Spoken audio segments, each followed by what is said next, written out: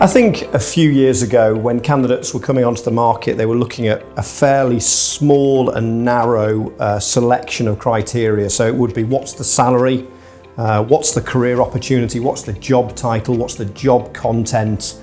I think now you can double, potentially treble the list of things that a candidate would expect from an organisation. Things like D&I, things like flexible working, things like a CSR policy, all of which perhaps 2-3 years ago were a nice to have. They were a sales point that you could have over your competitor.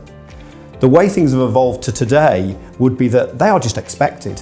So the simple case now is, if you're not doing those things, you are not going to secure the best candidates. Most companies now want to believe that they can hire someone and support them through their life cycles.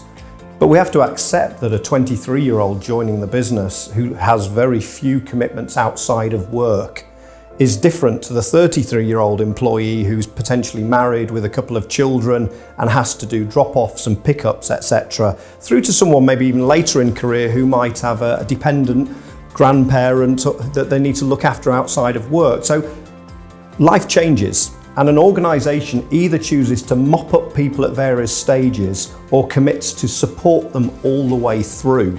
And I think if you're looking to hang on to people for 5, 10 years and move them through the organisation, you have to appreciate that as their life changes, you need to change with them. A candidate may join an organisation being very, very money driven. They may 2, 3, 4, 5 years later want a lot of flexibility. And that might be a trade-off that they're willing to play against money. So for me, on motivations, you can use testing tools, you can use interview techniques to uncover them. I think the important thing to remember, though, is that they will change. So don't assume that an employee's motivations when they join the company are still the same 18 months, 2 years later.